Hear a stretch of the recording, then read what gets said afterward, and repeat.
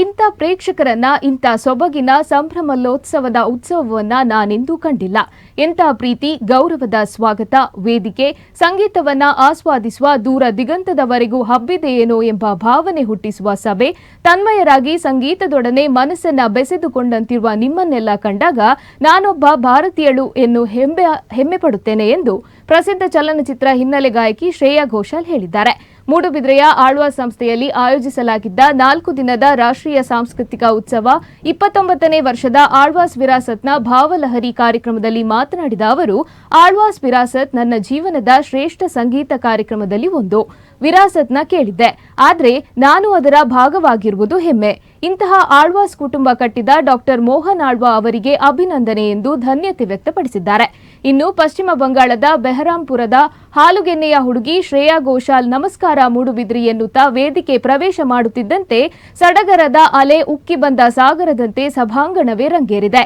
ಸಾಲುತ್ತಿಲ್ಲವೇ ಸಾಲುತ್ತಿಲ್ಲವೇ ನಿನ್ನ ಹಾಗೆ ಬೇರೆ ಇಲ್ಲವೇ, ಗಗನವೇ ಭಾಗಿ ಭುವಿಯನ್ನು ಕೇಳಿದ ಹಾಗೆ, ನಿನ್ನ ನೋಡಿ ಸುಮ್ಮನೆ ಹೆಂಗೆ ಇರಲಿ, ಡೋಲು ಬಾಜೆ ಹಾಡುಗಳನ್ನ ಹಾಡುತ್ತಿದ್ದಂತೆ ಅಭಿಮಾನಿಗಳು ಹುಚ್ಚೆದ್ದು ಕುಳಿತಿದ್ದಾರೆ.